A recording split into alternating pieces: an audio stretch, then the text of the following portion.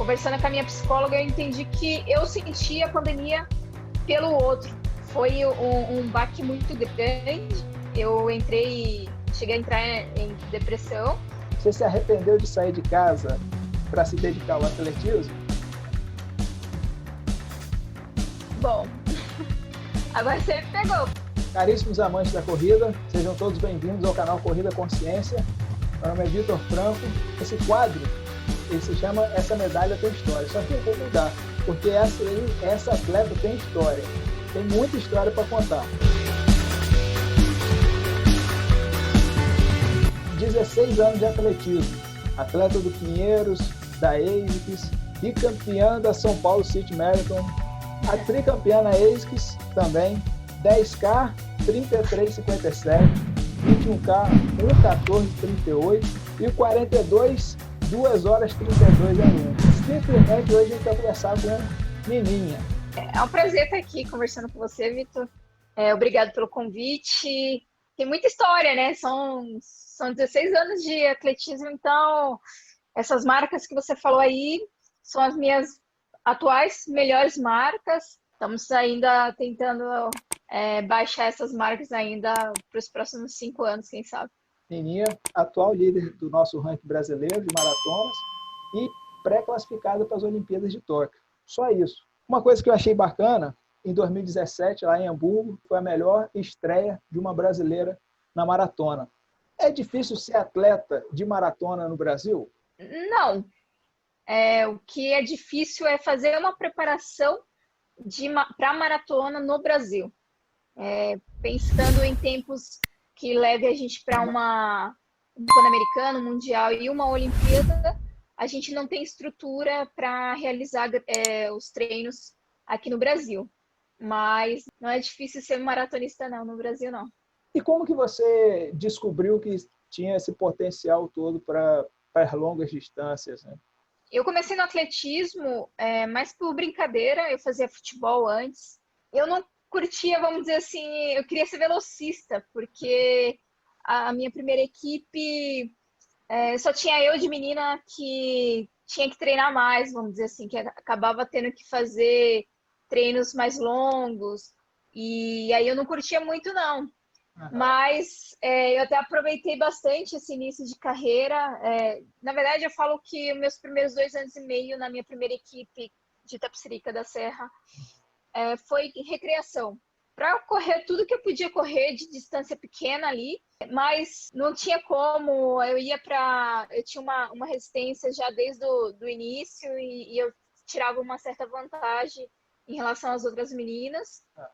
E aí, por conta disso, quando eu fui para o Pinheiros, eu ainda fiquei correndo algumas provas mais curtas. Então, o Cláudio, meu atual técnico, ainda assim, por ser ainda nova, né, tá ali com os meus 14 anos quando eu cheguei no Pinheiros, ele aproveitou para até meus 16 anos, ali até um pouquinho mais, para a gente fazer o máximo possível de provas. Então, eu fiz 1.500, o 3.000 com obstáculo, o 5.000. O maior tempo da minha carreira foi nessas provas.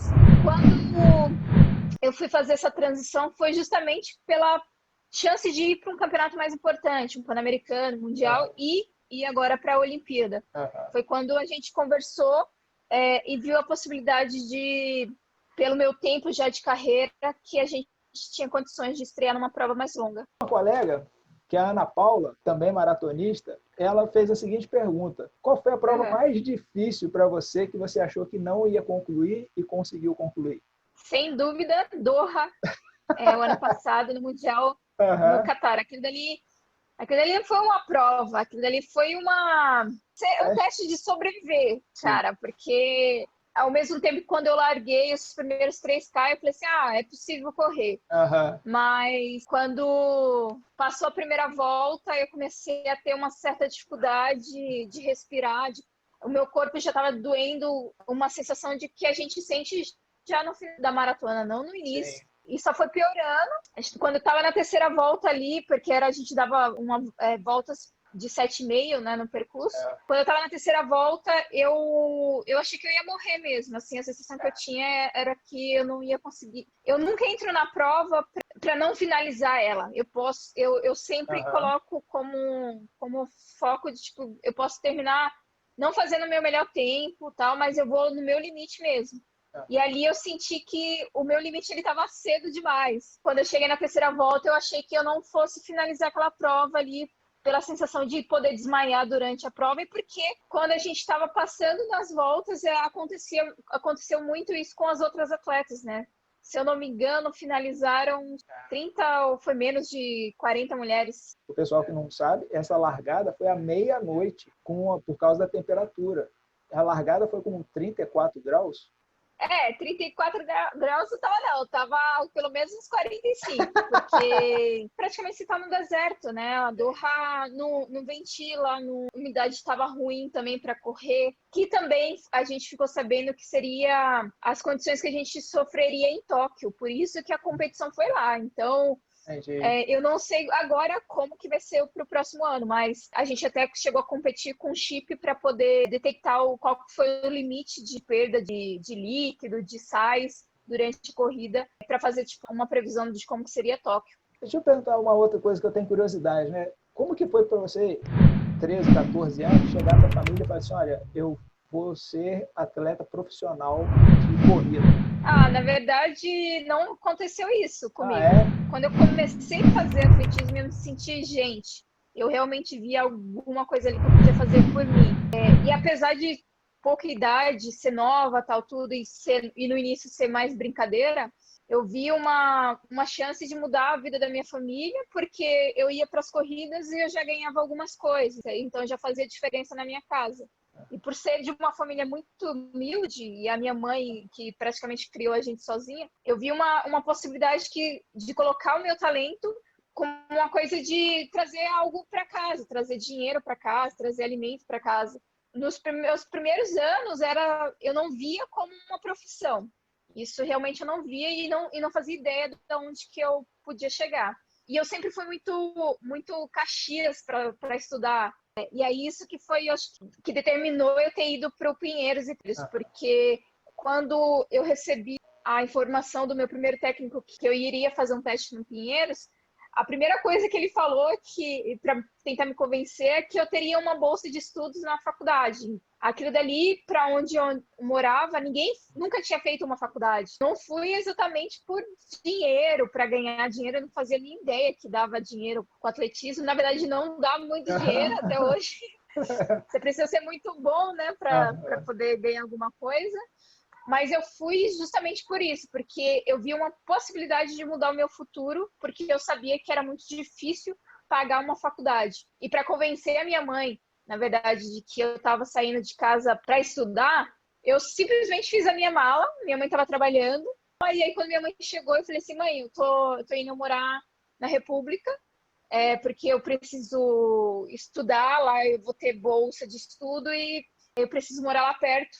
E para minha mãe, no primeiro momento, assim, ela achou que eu tava brincando, assim, porque ela sempre achou que eu fosse embora de casa por outros motivos. Mas desde esse primeiro momento eu nunca mais voltei. Então, assim, eu não cheguei a ter uma conversa com a minha mãe. Assim, quando eu resolvi sair de casa, foi por conta da bolsa de estudo. E eu já tinha feito a minha mala e simplesmente só comuniquei a minha mãe. Tem uma colega, que é a Camila, que ela mandou um vídeo. Olá, Valdilene, tudo bem? Meu nome é Camila, sou uma amante da corrida, sou fã do seu trabalho e eu tenho uma dúvida. No início da sua trajetória, existiam muitas oscilações em relação ao seu pace? Um beijo e parabéns por toda a sua determinação. Olha, eu não lembro, eu acho que não. E é uma das características minhas de ser uma atleta que consegue controlar o ritmo, o pace, né, por mais tempo. Mas no início, para mim, o que interferia, na verdade, no meu pace é porque eu não tinha uma coordenação motora muito boa, assim, para controlar. Eu jogava a cabeça para trás, eu não conseguia correr e movimentar tanto o braço. Então, algumas coisas mais de técnica que prejudicavam o controle do meu ritmo. Acho que eu sempre treinei com pessoas que tinham um controle já de pace muito bom. Então eu aproveitava aquilo dali para respeitar bastante e, consequentemente, depois eu acabei me tornando uma especialista também, poder fazer esses ritmos e não variar muito. Quem que você tem como referência? Quem que você olhava e assim, poxa, eu quero ser como essa? Ídolo mesmo, a pessoa que eu tenho como ídolo é minha mãe, por tudo que ela passou e por não entender muito de esporte. Ela me passa uma segurança e principalmente nos momentos que eu estou mais precisando de motivação. Ela não precisa dizer muita coisa, mas por tudo que pela mulher que ela é, por tudo que ela já passou, ela é o que mais me inspira para continuar. E referências no esporte, no Brasil, sem dúvida, para mim, Maria Zeferina Baldaia, a primeira vez que eu vi a Maria, eu quase tive um treco e ninguém me avisou que ela era atleta do Pinheiros, porque eu só assistia ela na televisão, só via ela na São Silvestre. Quando eu fui para uma prova de cross, nós tivemos que fazer uma concentração no Pinheiros, e de repente essa mulher chegou na pista lá e eu falei assim, não é possível. Como assim? Ela é de verdade, porque na verdade para mim aquelas atletas que corriam na televisão não era real. Era muito cedo para mim acreditar. Então, para mim, a maior referência minha de pessoa e pelo que fez pelo atletismo, a Maria. E como eu sou uma atleta que fiz várias provas também, né? Para mim, no obstáculo, a Zenaide Vieira. E hoje, sem dúvida, a Tati do obstáculo atual, a atleta melhor ranqueada, né, do atletismo. E no masculino, por tudo que fez, sem dúvida, a Marilson Gomes. Você treinou hoje? Eu já treinei hoje 2 vezes. Eu tinha de manhã uma rodagem um pouco mais progressiva e agora à tarde eu tinha mais 60 minutos para uma rodagem mais leve. Geralmente a minha rotina de treino sempre são 2 períodos, às vezes 3. Principalmente quando eu faço camp para maratona, geralmente meus treinos são 3 períodos, então eu faço um treino às 7, um às 11 e um no final do dia. Em média dá 30 quilômetros diários. O meu tá parecido, eu faço 30 por semana com dificuldade. E olha lá, como que é treinar, conviver ali com o trio, né? Você, Adriana, André ali. Olha, faz pouco tempo que eu faço maratona, né? Então, faz pouco tempo que eu e a Andrea fazemos maratona. A Andrea acho que estreou um ano antes de mim na maratona. E a Adriana, eu tive uma convivência maior, né? Porque quando eu cheguei no Pinheiros, fazia pouco tempo também que ela tinha chegado. Só que eu fazia outras provas e treinava fazia alguns treinos com a Adriana, né? Eu praticamente acompanhei toda a carreira da Adriana nessa transição para a maratona, todos os feitos que ela fez, né? Para maratona, tudo que ela fez eu peguei como referência, eu aprendi muito. Eu entendi o que um atleta precisava, né, fazer para poder chegar ao nível mundial, pan-americano e ir para uma Olimpíada. E foi muito bom, porque uma coisa é a gente assistir na televisão, outra coisa é você ver isso acontecendo no seu lado, entendeu? Então, você fica muito mais impactado. Eu lembro que fez 9 anos da medalha da Adriana no Pan-Americano. E eu lembro que foi um ano em que que as pessoas não eram tão frequentes na internet. E eu estava numa competição na Praia Grande e o pessoal queria ficar lá depois pós-competição para curtir a praia, que não sei o que lá. E aí eu falei assim, não, eu tenho que voltar para São Paulo para assistir a prova, porque eu tenho que acompanhar essa prova. Praticamente eu assisti todas de madrugada, eu tentava dar um jeito para poder assistir, mesmo as que foram no Japão, que ela competiu bastante no Japão. E assim, eu aprendi muito, né, treinando com ela e depois nessa transição. Faz 3 anos que eu faço só maratona. E quando eu comecei a fazer maratona, a Adriana já não estava fazendo com tanta frequência. Então, não tinha tantos treinos do lado da Adriana. Foram poucos anos que eu consegui, acho que só o meu primeiro ano, que a gente teve a oportunidade de treinar juntas. Já com a Andrea, não. Já com a Andrea, a gente acaba, né, por estar entre as primeiras do ranking atualmente, a gente acaba tendo uma frequência de treinar mais próxima, porque está fazendo provas ou vai fazer a mesma prova, Mas também tem uma diferença ali, né? O objetivo de cada um é diferente, e aí não dá para aproveitar o treinamento, não dá para treinar com tanta frequência como era antigamente. Vou falar uma frase, e aí você fala já ou jamais. Se quiser justificar, comentar, pode ficar à vontade. Sonhou com a largada da Maratona Olímpica? Sempre, todo dia. Você teve preguiça em treinar algum dia? Já, Já, né? Todo mundo tem, que bom. todo mundo tem. Ah, você já reclamou com o Castilho para ele trocar algum treino seu?